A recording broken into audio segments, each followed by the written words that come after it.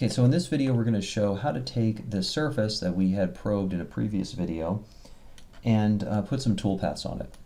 So we're going to show two different toolpaths. One is just a simple parallel finish, and the other is project to surface. So this takes like a 2D toolpath, like a DXF or something, and just projects it straight down onto the surface.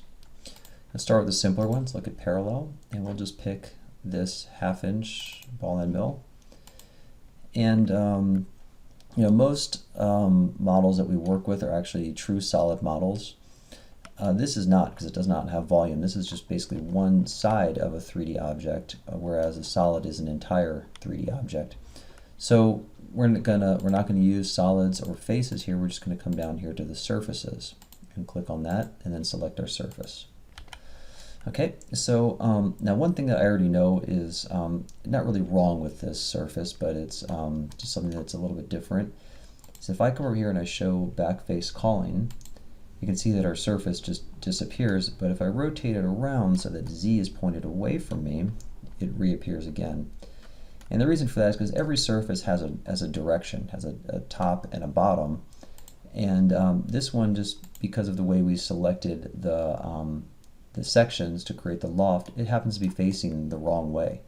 So I'm going to have to basically invert that, okay? So we're going to select the inverted surfaces and just click on that same surface again. Okay, so now it's going to work. And that's pretty much it. We have all the normal options that you'll find in other videos. We talk about the step over and minimum and maximum wall angles and all of that. Let's just go ahead and compile this to see what we get. And there we go. So a parallel finish pass on the surface that we just digitized. Okay, so it looks good. So let's go ahead and comment that out. And let's look at this other one, which is newer. Okay, so let's look at project to surface.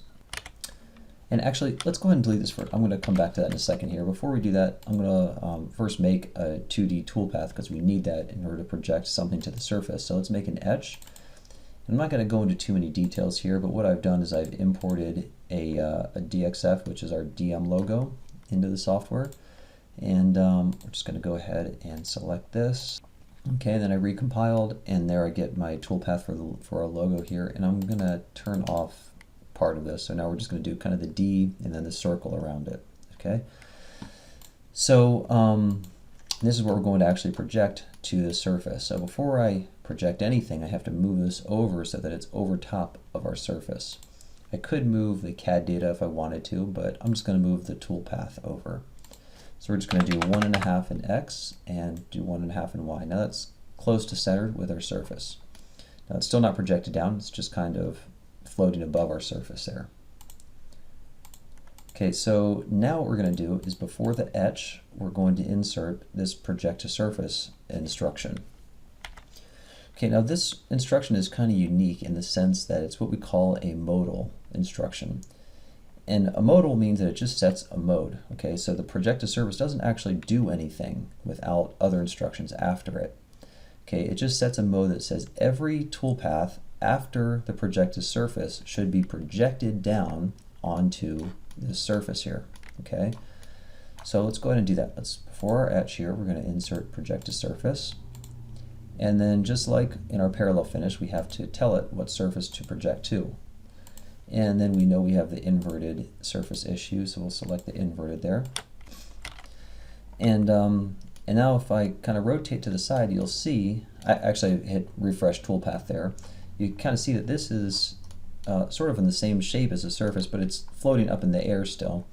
And the reason for that is only because our sketch plane, you can see right here, is raised up 1 inch in Z. I don't know why that is, honestly. I'm just going to go ahead and tell it to return to origin. And we should be at 0, 0. Now I could probably just hit refresh toolpath.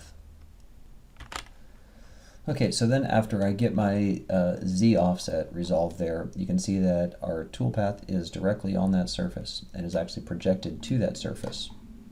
Okay, so just to kind of explain how this works, you can actually see that our rapid moves are also projected to that surface. They're just raised up because our our etch is 100 thou up in the clearance. So you can imagine that the clearance is going to be 100 thousandths above the surface, but it's actually going to follow the surface. So it's not like every other instruction where it's going to go up and then just move over in X and Y and then back down. Now it's actually going to follow that surface just 100 thousandths above that surface when it rapids. And likewise, our depth is what is going to determine how far below the surface it's going to cut. And that's also really important, obviously. So let's see what we have now. So we have a 0 for the depth. So if I do negative 10 thousandths, we're probably not going to see so now the DM is actually underneath it, right? It's actually below the surface, so you can't really see it anymore, okay? So another thing that might be useful is if you come over here to the color of the loft, you can change the alpha color, which is the transparency. Kind of go halfway in between there, okay? Yeah, so that's pretty much it. And once you want to run that, you just hit cycle start, and it's going to go and cut out that logo on the surface. Okay, so that covers it. Thanks.